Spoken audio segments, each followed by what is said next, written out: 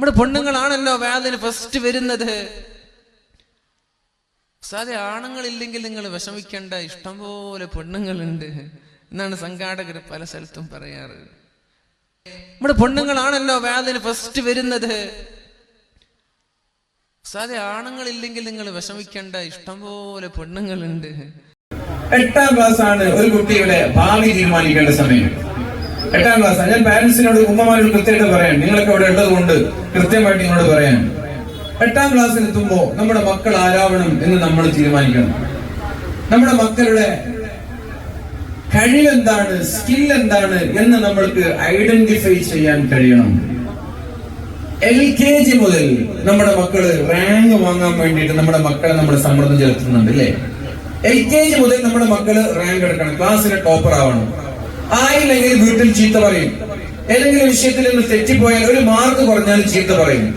സത്യത്തിൽ ഇത്തരം മാർക്ക് കുറഞ്ഞതിന്റെ പേരിൽ ഉമ്മമാരുണ്ടാക്കുന്ന വീട്ടിലെ അലമ്പാണ്, വീട്ടിലെ സമ്മർദ്ദമാണ് പല മക്കളും ലഹരിയിലേക്ക് എത്തുന്നത് എന്നാണ് പുതിയ പഠനം. A+ വാങ്ങിക്കാൻ, ക്ലാസ്സിലെ ടോപ്പർ ആവാൻ, അപ്പുറത്തെ വീട്ടിലെ കുട്ടിയെ പോലെ ആവാൻ, നമ്മുടെ മാതാപിതാക്കൾ തുമ്പിയെ കൊണ്ട് കല്ലെടുപ്പിക്കുന്നത് പോലെ നമ്മുടെ മക്കളെ കൊണ്ട് കല്ലെടുപ്പിക്കുമ്പോ വീട്ടിലെ സമ്മർദ്ദം താങ്ങാൻ കഴിയാഞ്ഞിട്ട് ചങ്ങാതിമാരുടെ കൂടെ പോയി ഒരു ആശ്വാസത്തിന് വേണ്ടി അവരുടെ അടുത്ത് നിന്ന് ഡ്രഗ് ഉപയോഗിച്ച് തുടങ്ങാണ് എന്നാണ് പുതിയ പഠനങ്ങളൊക്കെ പറഞ്ഞിരുന്നത്. തുമ്പിയെ കൊണ്ട് കല്ലെടുപ്പിക്കുക. സയൻസ് അറിയാത്തൊരു കുട്ടിയോട് നിങ്ങൾ SSLC കഴിഞ്ഞ് സയൻസിന്റെ മേഖലയിൽ പോകണമെന്ന് പറയുന്നത് വലിയ അബദ്ധമാണ്. എല്ലാവർക്കും സയൻസ് കഴിഞ്ഞില്ല. സത്യത്തിൽ എന്നെ സംബന്ധിച്ചിടത്തോളം എനിക്ക് തീരെ ഇഷ്ടമില്ലാത്തൊരു വിഷയമാണ് സയൻസ്. എനിക്ക് തീരെ ഇഷ്ടമില്ലാത്തൊരു വിഷയമാണ് മാത്സ്. എന്നാൽ ഓരോ ആളുകൾക്ക് അങ്ങനെയാണ്. എല്ലാവർക്കും സയൻസ് ഇഷ്ടം ഉണ്ടാവില്ല. എനിക്ക് ഹിസ്റ്ററി ഭയങ്കര ഇഷ്ടമാണ്, ചരിത്രം ഭയങ്കര ഇഷ്ടമാണ്. എന്നാൽ വേറെ ചില ആളുകൾക്ക് ഹിസ്റ്ററി തീരെ താല്പര്യം ഉണ്ടാവില്ല. സയൻസ് ഭയങ്കര ഇഷ്ടമുള്ള, ഇപ്പൊ നമ്മള് കാസർഗോഡ് ജില്ലയിൽ ഒരു നീറ്റ് കോച്ചിങ് സെന്റർ ആരംഭിക്കേണ്ട ഈ വർഷം. വിൻടച്ച് അക്കാദമി, ചിലപ്പോൾ പത്രങ്ങളിലൊക്കെ കണ്ടിട്ടുണ്ടാവും. വിൻടച്ച് അക്കാദമി എന്ന് പറഞ്ഞ് ഒരു നീറ്റ് കോച്ചിങ് സെന്റർ നമ്മുടെ SSLC കഴിഞ്ഞ പെൺകുട്ടികൾക്ക് താമസിച്ച് നിന്ന് പഠിക്കാൻ, സയൻസ് മാത്രം താല്പര്യമുള്ള, നീറ്റ് ക്രാക്ക് ചെയ്യണമെന്ന് ആഗ്രഹിക്കുന്ന പെൺകുട്ടികൾക്ക് താമസിച്ച് ഇസ്ലാമികമായ അന്തരീക്ഷത്തോടെ പഠിക്കാനുള്ള ഒരു സ്ഥാപനം. അപ്പൊ ആ ഒരു സ്ഥാപനത്തിലേക്ക് പല ആളുകളും എൻക്വയറി വരാറുണ്ട്, അഡ്മിഷന് വേണ്ടി വരാറുണ്ട്. അപ്പൊ ആ കുട്ടികളെ എടുത്തിട്ട് നമ്മൾ അഡ്മിഷന് വേണ്ടിയിട്ട് വന്നോളൂ, അങ്ങനെ അഡ്മിഷൻ എടുത്തോളൂ എന്നല്ല പറയാറുള്ളത്. നമ്മൾ ആദ്യം കുട്ടിയെ കൗൺസിൽ ചെയ്യും. കുട്ടിയോട് ചോദിക്കാറുള്ളത്, നിങ്ങൾക്ക് സയൻസ് ഇഷ്ടമാണോ, ഫിസിക്സ് ഇഷ്ടമാണോ, ബയോളജി ഇഷ്ടമാണോ, കെമിസ്ട്രി ഇഷ്ടമാണോ? എന്നിട്ട് നമ്മൾ പരിശോധിക്കുക. ഫിസിക്സിന്റെയും ബയോളജിയുടെയും കെമിസ്ട്രിയുടെയും മാത്സിന്റെയും മാർക്കാണ് ആദ്യം നോക്കുക. ഈ മാർക്കൊക്കെ ഓക്കെ ആണെങ്കിലാണ് കുട്ടിയോട് അവിടെ പഠിക്കുന്ന പ്രാരാബ്ദം പറയുന്നത്. ഇത്രയൊക്കെ, കാരണം നീറ്റ് എക്സാം എന്ന് പറഞ്ഞാൽ വെറുതെ കിട്ടൂല.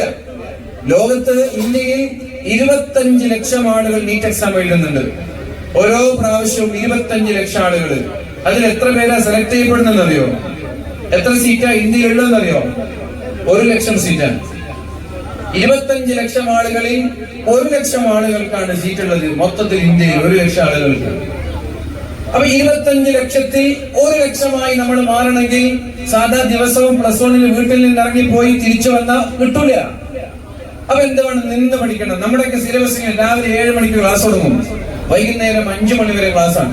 അത് കഴിഞ്ഞ് മഗ്‌രിബിന്റെ ശേഷം നീറ്റ് മോഡൽ ടെസ്റ്റ് ഉണ്ടാകും, രാവിലെ മുതൽ വൈകുന്നേരം വരെ എടുത്തത്. അതിനൊരു റിസൾട്ട് വരും. പിറ്റേ ദിവസം ഫിസിക്സ് ആയിരിക്കും 7 മണി മുതൽ 5 മണി വരെ. എന്നിട്ട് മഗ്‌രിബിന് ശേഷം ടെസ്റ്റ് ഉണ്ടാകും. അതിൽ വിജയിച്ച അതിലൊരു ടെസ്റ്റ് ഉണ്ടാകും, നീറ്റ് മോഡൽ. അങ്ങനെ ആഴ്ചയിൽ എല്ലാ ദിവസവും മഗ്‌രിബിന്റെ ശേഷം നീറ്റ് മോഡൽ ഒരു എക്സാം അവർ അറ്റൻഡ് ചെയ്യേണ്ടി വരും. എന്നിട്ട് ആഴ്ചയിൽ മൊത്തത്തിൽ ഒരു ടെസ്റ്റ് ഉണ്ടാകും. ഇതിങ്ങനെ മാസത്തോളം തുടരും. എന്നിട്ട് മാസത്തിൽ മൊത്തം ഒരു ടെസ്റ്റ് ഉണ്ടാകും. അങ്ങനെ അവര് 360 700 ദിവസം അവരവിടെ +1 +2 പഠിക്കുന്നുണ്ടെങ്കിൽ 700 തവണ നീറ്റ് മോഡൽ എക്സാം അവർ എഴുതും. 700 തവണ നീറ്റ് മോഡൽ എക്സാം അവർ എഴുതും. അപ്പൊ നീറ്റിന്റെ ഇത്ര സമയത്ത് നീറ്റ് എക്സാം എഴുതി കഴിയണം, ഇത്ര സമയം കൊണ്ട് ഉത്തരം ചെയ്യണം. ഇല്ലെങ്കിൽ എന്താകും? ഓരോ സമയം നഷ്ടപ്പെടുമ്പോ ഓരോ മാർക്ക് കുറയാം. അങ്ങനെ നിരന്തരമായി ചെയ്യുമ്പോൾ കുട്ടികൾ ഈസി. അങ്ങനെയാണ് നീറ്റിന് പ്രിപ്പയർ ചെയ്യാം. ഇത്തരം ഒരു എക്സാമിലേക്ക് സയൻസുമായി ബന്ധമില്ലാത്ത ഒരാൾ വന്ന് നമ്മൾ ഫീസ് കിട്ടുന്നുണ്ടാവും എന്ന് പറഞ്ഞ് എടുത്താലോ, ആ കുട്ടിക്ക് ഇത് താങ്ങാൻ കഴിയില്ല. സയൻസ് താങ്ങാൻ കഴിയാത്തൊരു കുട്ടി ഇവിടെ വന്നിട്ട് രാവിലെ മുതൽ വൈകുന്നേരം പഠിക്കണം. അതൊരു കുട്ടി വന്നു. ആ കുട്ടിയോട് പറഞ്ഞു, പിന്നെ ഇടക്കിടക്ക് പിന്നെ ജ്യേഷ്ഠന്റെ കല്യാണം, ഒത്താപ്പാന്റെ മോളെ കല്യാണം, വളാപ്പാന്റെ മോളെ കല്യാണം എന്നൊക്കെ പറഞ്ഞാൽ വിടൂല. മാസത്തിൽ 3 ലീവാ തരാം. കുട്ടിക്ക് നല്ല മാർക്കൊക്കെ ഉണ്ട്, മാസത്തിൽ 3 ലീവാ തരാം. ഫോൺ ഉപയോഗിക്കാൻ പറ്റൂല, ക്യാമ്പസിൽ ഫോൺ അലോഡല്ല. ഇസ്ലാമികമായിട്ടുള്ള ക്ലാസ് എല്ലാം രാത്രി ഉണ്ടാകും. എന്തെങ്കിലും അർജന്റ് എമർജൻസി മെഡിക്കൽ ലീവുകളെ ഉണ്ടാവുള്ളൂ എന്നൊക്കെ പറഞ്ഞ് ഫംഗ്ഷനും സൽക്കാരത്തിനും പോകാൻ പറ്റില്ല എന്ന് പറഞ്ഞ കുട്ടികൾക്ക് എന്നെ ഞാനില്ല. എനിക്ക് എല്ലാ കല്യാണത്തിനും പോകണം, എല്ലാ കല്യാണത്തിനും പോവുക, നീറ്റ് കിട്ടുക, അത് നടക്കൂല. ഒരുങ്ങണം. നാട്ടിലുള്ള എല്ലാ സൽക്കാരത്തിനും എല്ലാ പ്രോഗ്രാമിനും പോവാ, 25 ലക്ഷത്തിൽ ഒരാളായി മാറാം, അത് നടക്കൂല. ചിലത് നമ്മൾ മാറ്റി വെക്കണ്ടേ? നമ്മുടെ സമയം, നമ്മുടെ സ്വന്തം ഇഷ്ടങ്ങളൊക്കെ മാറ്റി വെച്ചാലേ നമ്മുടെ ലക്ഷ്യങ്ങളിലേക്ക് നമ്മൾ എത്തുള്ളൂ. അതുകൊണ്ട് ഇവിടെ ഇരിക്കുന്ന പാരന്റ്സിനോടൊക്കെ പറയാൻ, നമ്മുടെ മക്കൾ ആരാവണമെന്ന് 8ാം ക്ലാസ്സിൽ എത്തുമ്പോൾ നമ്മൾക്ക് തിരിച്ചറിയാൻ കഴിയണം. സയൻസ് തിരഞ്ഞെടുക്കണോ, കൊമേഴ്സ് തിരഞ്ഞെടുക്കണോ, നീറ്റ് ആണോ, JEE ആണോ, CUET ആണോ, ക്ലാറ്റ് ആണോ, കാറ്റ് ആണോ, അങ്ങനെ പല എക്സാമുകളുണ്ട്. എല്ലാം കോമ്പറ്റീറ്റീവ് ആയിട്ടുള്ള എക്സാമുകളാണ്. SSLC A+ എന്ന് പറയുന്നത് കാണാതെ പഠിച്ച് ബൈഹാർട്ട് ചെയ്ത് കാണാതെ പഠിച്ച് പോയി എഴുതുന്ന എക്സാമാണ്. ആ എക്സാമിന് ഇല്ല. SSLC A+ ഉണ്ടാവാൻ വേണ്ടി മക്കൾക്ക് സമ്മർദ്ദം ഉണ്ടാക്കേണ്ടെന്നാണ് ഞാൻ പറഞ്ഞു വരുന്നത്. SSLC പിന്നെ പെരിയാപ്പള്ളിയിൽ ഒരു കല്യാണത്തിന് പോയി, ഒരു നിക്കാഹിന് പോയി.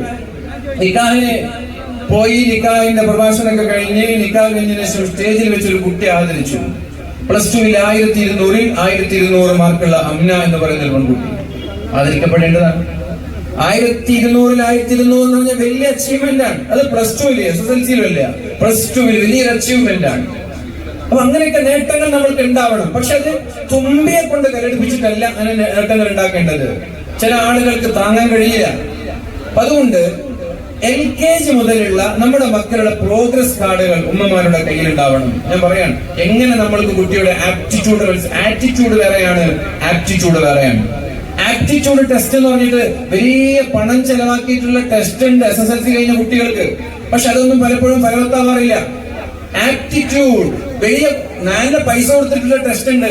എന്റെ കുട്ടി ഏത് മേഖലയിലേക്ക് പോകണം ഈ ടെസ്റ്റ് കഴിഞ്ഞിട്ട് തീരുമാനിക്കും. പക്ഷെ പലപ്പോഴും അത് ഫെയിലിയർ ആണ്, നല്ല പൈസ കൊടുത്തിട്ടുള്ള ടെസ്റ്റാണ്. പക്ഷെ ആ ആപ്റ്റിറ്റ്യൂഡ് ടെസ്റ്റിൽ ഉമ്മാക്ക് തിരിച്ചറിയാൻ കഴിയുന്നത് LKG മുതൽ നമ്മുടെ മക്കളുടെ പ്രോഗ്രസ് കാർഡുകൾ ഒരു ഫാനിലാക്കി സേവ് ചെയ്ത് വെക്കുക. ഇപ്പൊ ഫാത്തിമ എന്നാണ് നിങ്ങളുടെ മകളുടെ പേരെങ്കിൽ ഫാത്തിമയുടെ LKGയുടെ മാർക്ക് ഒരു ഫാനിലിടാം. അത് SKGയിലെത്തുമ്പോ 2 പ്രോഗ്രസ് കാർഡായി, 1ാം ക്ലാസ്സിലെത്തുമ്പോ 3 ആയി, 4ലെത്തുമ്പോ 2ലെത്തുമ്പോ 2 ആയി, 4 ആയി, 5ലെത്തുമ്പോ 7 ആയി, 8ലേക്ക് എത്തുമ്പോ 10 പ്രോഗ്രസ് കാർഡ് ഉണ്ടാവും. 8ലെത്തുമ്പോ ഇത് ഫയൽ ഇങ്ങനെ അട്ടിട്ട് വെച്ചാൽ മാത്രം പോരാ, ഓരോ വർഷവും കമ്പയർ ചെയ്യണം. LKGയിലെയും UKGയിലെയും മാർക്ക് കമ്പയർ ചെയ്യണം. LKGയിൽ നല്ല മാർക്കുള്ള ഒരു വിഷയം UKGയിൽ മാർക്കില്ലെങ്കിൽ അത് കുട്ടിയുടെ പ്രശ്നമായിരിക്കില്ല, ടീച്ചറിന്റെ പ്രശ്നമായിരിക്കും. മനസ്സിലായോ? ഇംഗ്ലീഷിൽ നല്ല കഴിവുള്ള കുട്ടിയാണ്, 2ലും 3ലൊക്കെ നല്ല കഴിവുള്ള കുട്ടി 4 ഇംഗ്ലീഷിൽ മാർക്കില്ലെങ്കിൽ അത് കുട്ടിയുടെ പ്രശ്നമല്ല, അത് ടീച്ചറിന്റെ പ്രശ്നമാണ്. ഉടനെ ടീച്ചറിനെ വിളിക്കണം. ടീച്ചറോട് എന്താ പറയണ്ടേ? ടീച്ചറെ LKG UKG 1 2 3 ഇംഗ്ലീഷിലെ മാർക്ക് നോക്കിക്കോളൂ, ഇവന്റെ 4 മാർക്കില്ലാത്ത ആരെ പ്രശ്നമാണ്. അപ്പൊ ടീച്ചർ അവിടെ ഉത്തരം ഉണ്ടാവില്ല, ടീച്ചറിന് ഉത്തരം ഉണ്ടാവില്ല. കാരണം ഇത്രയും കൊല്ലം നല്ല മാർക്ക് എടുത്ത കുട്ടിക്ക് 4ാം ക്ലാസ്സിലെത്തുമ്പോൾ ഇംഗ്ലീഷിൽ മാർക്കില്ലെങ്കിൽ ഉത്തരവാദി ടീച്ചറാണ്. 5ലും 6ലൊക്കെ മാത്സിൽ നല്ല മാർക്കുള്ള കുട്ടിക്ക് 7ലെത്തുമ്പോൾ മാർക്കില്ലെങ്കിൽ ഉത്തരവാദി ടീച്ചറാണ്. അപ്പൊ എന്താണ് മക്കളെ പ്രശ്നമായിരിക്കും, അത് ക്ലാസ് മനസ്സിലാവാത്ത പ്രശ്നമായിരിക്കും. അപ്പൊ ടീച്ചർ ഒന്നും കൂടി ശ്രദ്ധിക്കാറുണ്ട്. ഈ പാരന്റിന് കുറച്ച് ബോധമുണ്ട്, മക്കളെ കുറിച്ച് നല്ല കൺസേൺ ഉള്ള ഒരു പാരന്റ് ആണെന്നുള്ള ഒരു തിരിച്ചറിവ് ആർക്കുണ്ടാവും, ടീച്ചർ ഉണ്ടാകും. അപ്പൊ ടീച്ചർ ഒന്നും കൂടി ശ്രദ്ധിക്കും. ടീച്ചറിന്റെ ഭാഗത്ത് പിന്നെയും ഫസ്റ്റ് ടൈമിൽ മാർക്ക് കുറവാണ്, സെക്കൻഡ് ടൈമിൽ മാർക്ക് കുറവാണെങ്കിൽ നിങ്ങൾ അടുത്ത ആരെ ബന്ധപ്പെടേണ്ട സെക്ഷൻ ഇട്ടുണ്ടാകും, ഒരു സെക്ഷൻ ഇട്ട് ആ സെക്ഷൻ ഇട്ടിനോട് ബന്ധപ്പെടണം. ഇന്നായിരുന്ന ടീച്ചർ ഞാൻ 2 വട്ടം ഉണർത്തി, മാർക്കില്ല, പരിഹാരം കാണണം. അവിടെയും നിങ്ങൾക്ക് പരിഹാരം ഇല്ലെങ്കിൽ പ്രിൻസിപ്പളിനെ കാണണം, എന്നിട്ട് ആ ടീച്ചറിനെ ഒഴിവാക്കണം. കാരണം ടീച്ചറിന്റെ ക്ലാസ് മനസ്സിലാവേണ്ട, അത്രയും ടീച്ചർ വേണ്ട. ക്ലാസ് മനസ്സിലാവാത്തത് നമ്മൾ ഫീസ് കൊടുത്തിട്ടാണ് പല സ്കൂളും പഠിപ്പിക്കുക. അപ്പൊ ഞാൻ പറയുന്നത്, ഇങ്ങനെ നമ്മൾ കമ്പയർ ചെയ്തിട്ട് 1ന്റെയും 2ന്റെയും 3ന്റെയും 4ന്റെയൊക്കെ പ്രോഗ്രസ് കാർഡുകൾ കമ്പയർ ചെയ്താൽ 8ലെത്തുമ്പോ ഒരു പിതാവിന് 7ാം ക്ലാസ് കഴിഞ്ഞ് 8ാം ക്ലാസ്സിലേക്ക് കയറുമ്പോ ഒരു മാതാവിനും ഒരു പിതാവിനും തീരുമാനിക്കാൻ കഴിയും, എന്റെ കുട്ടി SSLC കഴിഞ്ഞാൽ സയൻസ് തിരഞ്ഞെടുക്കണോ, അല്ലെങ്കിൽ എന്റെ കുട്ടി SSLC കഴിഞ്ഞാൽ പിന്നെ എക്കണോമിക്സ് കൊമേഴ്സ് തിരഞ്ഞെടുക്കണോ, അല്ലെങ്കിൽ ഹിസ്റ്ററി തിരഞ്ഞെടുക്കണോ, അല്ലെങ്കിൽ ലാംഗ്വേജ് ആർട്സ് മേഖലയിൽ പോകണോ എന്ന് കൃത്യമായി നിങ്ങൾക്ക് 8ാം ക്ലാസ്സിൽ എത്തുമ്പോൾ തിരഞ്ഞെടുക്കാൻ കഴിയും. എന്നിട്ട് സയൻസ് ആണ് നിങ്ങളുടെ നിങ്ങളുടെ കുട്ടിയുടെ ഇഷ്ടമെങ്കിൽ 8ാം ക്ലാസ്സിലെ ടീച്ചേഴ്സിനെ പഠിക്കാൻ നിങ്ങൾക്ക് എന്താ എന്നിട്ട് പറയാം, എന്റെ കുട്ടിയുടെ സയൻസിലെയും മാത്സിലെയൊക്കെ മാർക്കാണ് ഈ കാണുന്നത്, എന്റെ കുട്ടിയെ ഞാൻ സയൻസിലാണ് +1 കഴിഞ്ഞ സ്ഥാപനത്തിൽ പഠിപ്പിക്കണം എന്നാണ് ഞാൻ ആഗ്രഹിക്കുന്നത്. അതുകൊണ്ട് കുട്ടിക്ക് 10-ലെത്തുമ്പോഴേക്കും സയൻസിന്റെ ബേസിക്സ് ആയിട്ടുള്ള എല്ലാ കാര്യങ്ങളും ക്ലിയർ ആവണം, ഫൗണ്ടേഷൻ ക്ലിയർ ആവണം. എന്റെ ഉദ്ദേശം അതാണ്. അപ്പൊ ടീച്ചർമാര് 8ലും 9ലും നിങ്ങളുടെ മക്കളെ കൃത്യമായി ആ ഒരു മേഖലയിൽ ഫോക്കസ് ചെയ്യും. A+ വേണ്ട 10ല്,